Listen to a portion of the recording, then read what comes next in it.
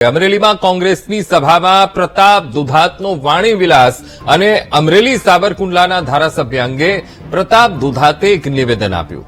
કહ્યું કે આ વિસ્તારના ધારાસભ્ય પોતાની જાતને બાહુબલી સમજે છે. અમરેલી અને સાવરકુંડલાના ધારાસભ્ય ખુલ્લી ધમકીઓ આપે છે. અમે એ કોંગ્રેસી છીએ જે છેલ્લા શ્વાસ સુધી તમને છોડીશું નહીં. વધુમાં આગળ કહ્યું કે લાંબુ આગળ ચાલવું હોય તો આ ધંધા બંધ કરી દેજો, નહીં તો ગાડી અવળે રસ્તે ચાલી જશે. આ વિસ્તારે લુખ્ખા તત્વોને ક્યારેય સ્વીકાર્યા નથી. આ પ્રકારનું તેમણે નિવેદન જાહેર મંચ ઉપરથી આપ્યું. આ વિસ્તારના ધારાસભ્ય પોતાની જાતને બાહુબલી સમજે છે, પોતાની જાતને દબંગ સમજે છે અને લોકોને ફોન કરીને આ અને અમારા કુંડલાના ધારાસભ્ય બે ધમકીઓ ખુલ્લે ખુલ્લી આપે છે, લોકોને મૂંઝવણમાં મૂકે છે.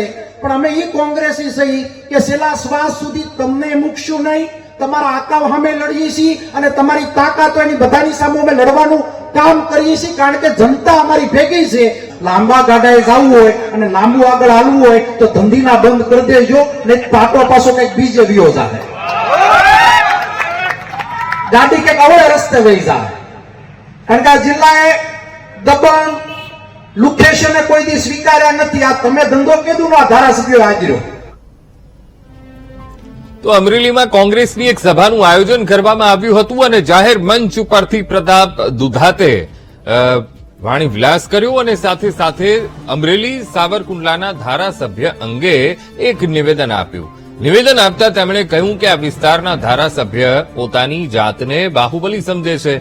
અમરેલી અને સાવરકુંડલાના ધારાસભ્ય ખુલ્લી ધમકીઓ આપે છે. અમે એ કોંગ્રેસી છીએ જે છેલ્લા શ્વાસ સુધી તમને છોડીશું નહીં. લાંબુ આગળ ચાલવું હોય તો આ ધંધા બંધ કરી દેજો. આ પ્રકારનું તેમણે વાણી વિલાસ કર્યું અને વધુમાં કહ્યું કે જો આ ધંધા બંધ નહીં થાય, નહીં તો ગાડી અવળે રસ્તે ચાલી જશે. આ વિસ્તારે લુખ્ખા તત્વોને ક્યારેય સ્વીકાર્યા નથી. આ પ્રકારનું નિવેદન તેમણે જાહેર મંચ ઉપરથી આપ્યું છે. એક તરફ લોકસભા ચૂંટણી આવી રહી છે. જેમ જેમ દિવસો નજીક આવી રહ્યા છે, આજે તો ચૂંટણી પ્રચારના પડઘમ શાંત પણ થઈ જવાના છે સાંજ સુધીમાં. ત્યારે અમરેલીમાં કોંગ્રેસની એક સભામાં પ્રતાપ દુધાતે આ વાણી વિલાસ કર્યો અને અમરેલી સાવરકુંડલાના ધારાસભ્યના ઉપર પ્રહારો કર્યા અને પ્રહાર કરતા કહ્યું કે આ વિસ્તારના જે ધારાસભ્ય છે પોતાની જાતને બાહુબલી સમજે છે. અમરેલી અને સાવરકુંડલાના ધારાસભ્ય ખુલ્લી ધમકીઓ આપે છે. આ પ્રકારનો તેમણે વાણી વિલાસ એ જાહેર મંચ ઉપરથી કર્યો છે અને વધુમાં એ નિવેદન આપતા એ કહી રહ્યા છે કે અમે એ કોંગ્રેસી છીએ જે છેલ્લા શ્વાસ સુધી અમે એમને છોડીશું નહીં અને લાંબુ આગળ ચાલવું હોય તો આ ધંધા બંધ કરી દેજો. આ પ્રકારનું તેમણે નિવેદન આપ્યું છે. તો અમરેલી જિલ્લા કોંગ્રેસ પ્રમુખ પ્રતાપ દુધાત આપણી સાથે ફોનલાઈન પર જોડાઈ ગયા છે. પ્રતાપભાઈ, એવી તો કઈ પરિસ્થિતિ આવી કે જેના કારણે એક જાહેર મંચ ઉપરથી તમારે આ પ્રકારના નિવેદનો આપવા પડ્યા? એવું તો એ અમરેલી સાવરકુંડલાના ધારાસભ્યએ શું કરી નાખ્યું કે તમારે કહેવું પડ્યું કે અમે કોંગ્રેસી છીએ, છેલ્લા શ્વાસ સુધી તમને છોડીશું નહીં? પ્રતાપભાઈ, વાત એ પ્રકારની છે કે બંને ધારાસભ્યો લોકોને ધાક ધમકી આપતા ફોન કરે છે. કોઈ લોકો પોતાના પ્રસંગથી આવ્યા હોય, સુરતથી જોડાયેલા અમારા સમાજના લોકો અહીંયા ગામડાની અંદર આવ્યા હોય, એ લોકો અમારા સંપર્કમાં આવે તો ડાયરેક્ટ ફોન કરીને જણાવે છે કે તમારે ધંધો અકાવવાનો છે કે કેમ, તમારે કામ કરવાનું છે કે કેમ, અમે નાયબ દંડક છીએ, તમારા ધંધા બંધ કરાવી દઈશું. આ વ્યક્તિગત ધમકી જયારે અમારા જિલ્લાની અંદર પહેલ ધારાસભ્યોએ કરી છે. જાહેર જીવનની અંદર અમે 15 વર્ષથી જોડાયેલા છીએ અને ક્યારેય પણ વ્યક્તિગત પ્રહારો, વ્યક્તિગત વાત, વ્યક્તિગત રાજકીય અમે કટાક્ષોમાં પડ્યા નથી. પ્રથમ એ પ્રકારની ચૂંટણી થવા જઈ રહી છે કે આ જિલ્લો જીવરાજભાઈ મહેતાના મુખ્યમંત્રીથી લઈ અને અમારા વિસ્તારની અંદર દ્વારકાદાસ પટેલ સાંસદ બન્યા હોય, મનુભાઈ કોટડિયા અમારા સાંસદ બન્યા હોય, નવીનચંદ્રભાઈ રવાણી સાંસદ બન્યા હોય, દિલીપભાઈ સંઘાણી અમારા સાંસદ બન્યા હોય, નારાયણભાઈ કાસડિયા સુધી સાંસદ બન્યા હોય. ત્યારે કોઈ વ્યક્તિને ધાક ધમકીથી આ જિલ્લામાં રાજકારણ ચાલ્યું નથી. ત્યારે નાની ઉંમરમાં બનેલા બંને ધારાસભ્યો જે પ્રકારની પદ્ધતિ અપનાવી છે, તો રાજકીય અમે લોકો છીએ, અમે કોંગ્રેસ પાર્ટીના આગેવાન છીએ, મહત્વના આગેવાન હોવાને નાતે અમારા કાર્યકર્તાનું મોરલ ડાઉન ના થાય, અમારા કાર્યકર્તાની માનસિક હતાશામાં ના જાય, એના ભાગરૂપે ખુલ્લા મંચ ઉપરથી જે કહેવામાં આવ્યું છે એ વાત એ પ્રકારની કરવામાં આવી કે તમારે નવો કિલ્લો ચીતરવો હોય તો બધા 40 થી 45 વર્ષની ઉંમરની વચ્ચેના લોકો છે. આ જિલ્લામાં તમે જેવું વાવેતર કરશો એ પ્રમાણનું જ આગળના પાક લેવામાં આવશે. આમાં કોઈ ધાક ધમકી વાત નથી.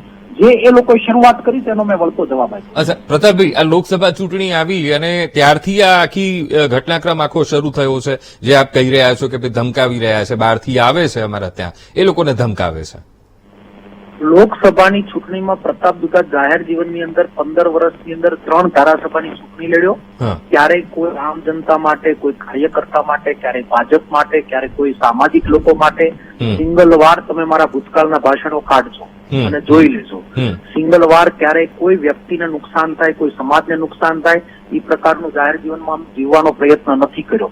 ભારતીય જનતા પાર્ટીના બંને યુવાન ધારાસભ્યોએ આ નવો છિલ્લો ચિતરવાનો જિલ્લામાં શરૂઆત કરી ત્યારે અમે કોઈ ભજન મંડળી લઈને નથી બેઠા. અમે પણ રાજકારણ કરીએ અને અમે વિરોધ પક્ષનું રાજકારણ કરીએ છીએ. અમે સત્તા માટેનું રાજકારણ નથી કરતા. સત્તાની અંદર ભાન ભૂલેલા ધારાસભ્યોને આ વાત કરવી એ તાતી જરૂરિયાત છે, કારણ કે હું પાર્ટીનો પ્રમુખ છું. મારા પાર્ટીના પ્રમુખો મારફત આ મારા કાર્યકર્તાનું મોરલ ડાઉન ન થાય એના માટેની અમારે વાત કરવી તાતી જરૂરિયાત છે. જે પ્રમાણે ભાજપે પદ્ધતિ અપનાવી છે એ પ્રમાણેની ભાજપ પદ્ધતિમાં ચાલ્યું જાય છે, એને અટકાવવું એ જરૂરિયાત છે ને એના ભાગરૂપે મેં જવાબ કર્યો છે. જી બિલકુલ. પ્રતાપભાઈ, હવે જે તમે કહી રહ્યા છો કે અલગ ચીલો જે ચાતરવામાં આવ્યો છે, તો હવે કોંગ્રેસ કેવી રીતે એનો જવાબ આપશે? અમરેલી કોંગ્રેસ ખાસ કરીને. કોંગ્રેસ જવાબ તો મતથી જ આપવાની. પ્રજા કોઈ કાર્યકર્તાને દબાવશે તો એ પ્રમાણના સામા પ્રહારો થશે. અમારા કોઈ વ્યક્તિને કઈ કનડગત થશે તો સામી કનડગત થશે. આમાં તો બધા કાચના ઘરમાં રહી છે, બધા જાહેર જીવન ની અંદર જોડાયેલા છે.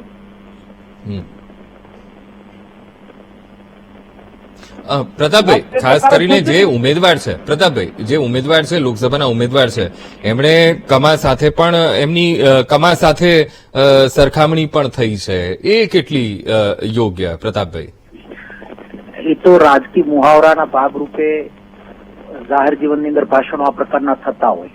ભૂતકાળની અંદર પણ આ પ્રકારના ભાજપે કેટલાય ભાષણો કર્યા છે. એ કોઈ નવીન વાત નથી. કમા સાથેની સરખામણી છે તો વર્તન પણ એ પ્રકારનું છે. એ તો રાજકીય રીતે ભાષણો એકબીજા કરતા હોય, એ કોઈ બહુ મોટી વાત નથી. જે પ્રકારની વાત વ્યક્તિગત વાત થઈ છે એ વાતનો મારો આ જવાબ છે. અચ્છા, એટલે ખાલી એક મુહાવરા માટે તમે એ આખો સેન્ટેન્સનો ઉપયોગ તમે કર્યો છે એમના માટે, ભરતભાઈ માટે. જે પ્રમાણની જાહેર જીવનના વ્યક્તિનું વાતચીતની પદ્ધતિ હોય એ પદ્ધતિમાં દેખાતા નથી તો કમામાં અને ઉમેદવારમાં લાંબો ફરક નથી. અચ્છા, કમો પણ માણસ છે, આ પણ માણસ છે. કમો કોઈ કમા નામની વ્યક્તિ છે એની સાથે સરખામણી કરી છે. અચ્છા, ઓકે.